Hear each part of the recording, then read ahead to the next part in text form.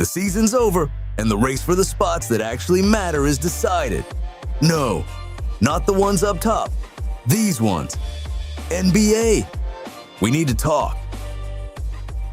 Crunchtime, lights go low. One more play, but steal the show. We don't choke, we rise, we shine. 1, 2, 1 out. The NBA wanted to stop tanking. It didn't. It just made it a little less obvious. The current draft system is better than it used to be, but it's still not fully thought through. Quick context, the draft lottery has been around since 1985. The current flattened odds reform has been in place since 2019. Since then, the 3 worst teams don't get some massive advantage anymore. They each only have a 14% chance at the number 1 pick. A step in the right direction? Sure, but it's only a step because the core problem is still there. Being worse is still rewarded. Once 2/3 of the season is done, GMs start doing math, not how do we make a play-in push? More like, how far do we need to fall for the draft to be worth it? Veterans get rested, rotations get weird, and suddenly it's less about the next game and way more about May. And the fix is brutally simple. All 14 lottery teams get the exact same chance at the number 1 pick. 14 teams, 100%. That's 7.1% each. The incentive to race to the bottom, gone. Whether you completely crash out or barely miss the playoffs, your odds are the same. Meaning, no advantage for losing, no bonus for sliding, no point in tanking. And bad teams are still protected because only teams that miss the playoffs are even in the lottery pool. Teams can only win. Either you make the playoffs or you still have a real shot at the number 1 pick. And with a possible expansion to 32 teams, this matters even more. More teams equals more no man's land equals even earlier tanking.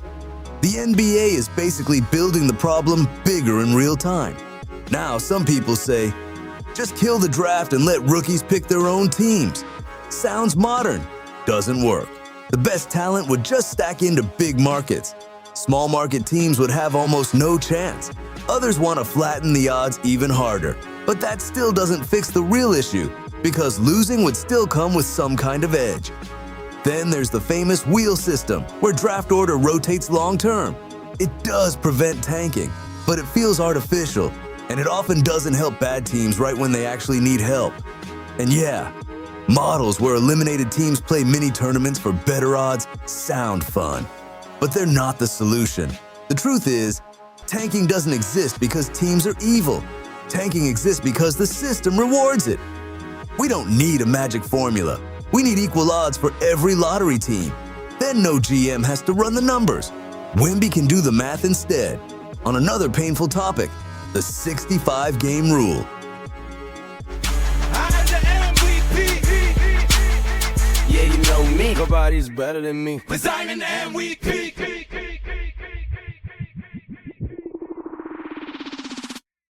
If a guy plays 50 games, 35 minutes a game, that's 50 times 35, that's 1750, right? Is that, am I right? Yeah. And if a guy plays 75 games at 20 minutes, it's 1500. So, you know, it's not, I mean, it's a good view in my opinion to not have a limit. It's one opinion. 75% of the games, in my opinion, would be a logical thing, and that would be 61.5 games, right? So 62 games. What can't this guy do? Now he's basically a beautiful mind, casually calculating the entire MVP absurdity in his head. But once you apply the 65-game rule, who's even left? It's gonna come down to the trio, Wemby, SGA, and Jokic. And statistically, this shouldn't even be a debate. Nikola Jokic is averaging a triple-double and leading the league in rebounds and assists. No one has ever done that before. Add 27.7 points on elite efficiency? How much more valuable can you be? We'll see how it plays out, but there are things we already know. Reckless break, award shine bright. Big time plays, prime time night. chasing gleams on hard-won floors. It's all about records and awards. Luka can't win MVP anymore, only 64 games, but he is the league scoring champ, and for that, you only need 58 games. Then, we've got new Splash Brothers, LaMelo Ball, and Con Knueppel. Alongside Steph and Clay, they're the only duo ever to hit at least 273s each in a season.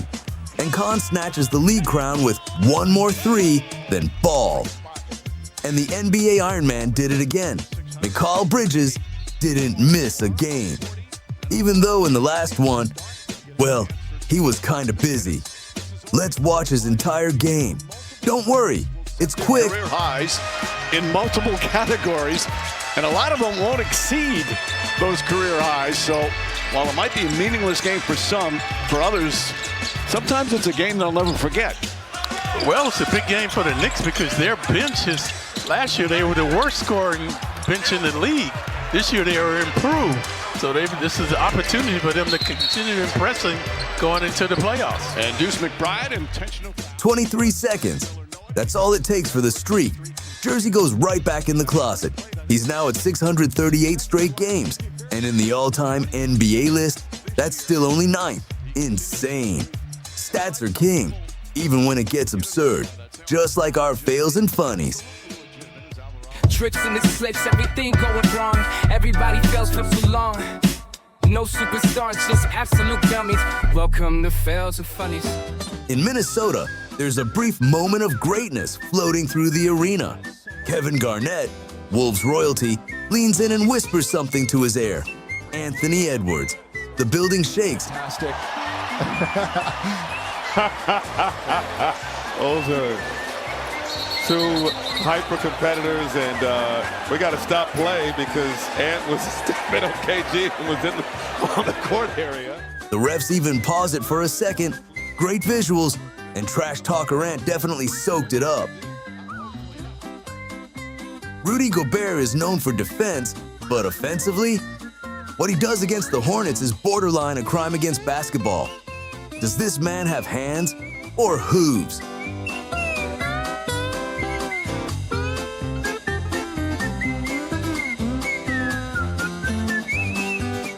Steph Curry can't help himself and fires from the sideline with a towel. That's a technical. Towel throwing is only allowed in boxing, Steph. But hey, shooter's gonna shoot. And don't mess with KD. Dylan Brooks talks a little too much. Durant sends him to the freezer after a short trash talk lap and delivers the coldest line with it. My worst season is still better than Brooks' best. Mic drop.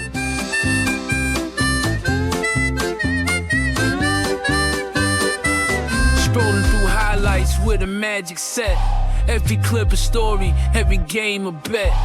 Trends and memes with the games a hit. We live for the click, nothing but instant. They win the regular season in the West, and Oklahoma's going crazy. Jared McCain responds with a dance routine. Jared, that belongs on TikTok, not in the NBA.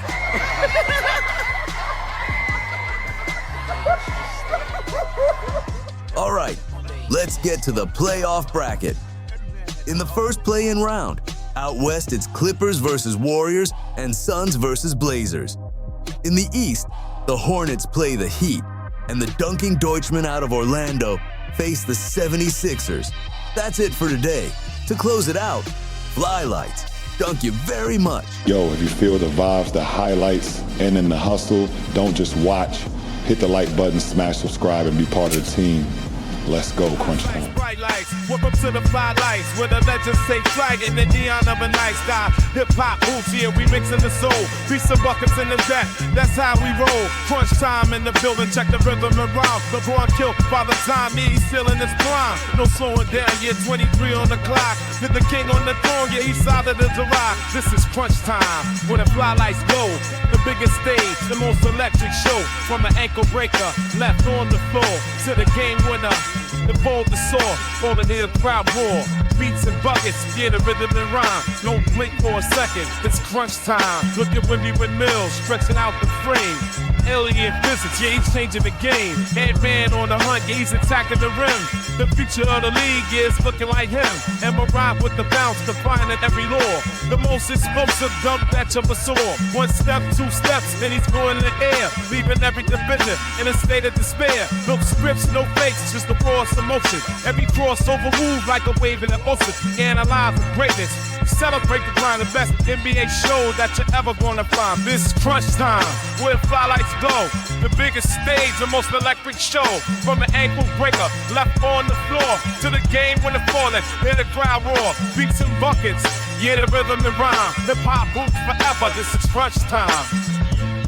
Time, lights go low. One more play, but steal the show. We don't choke, we rise, we shine. 1, 2, 1 out.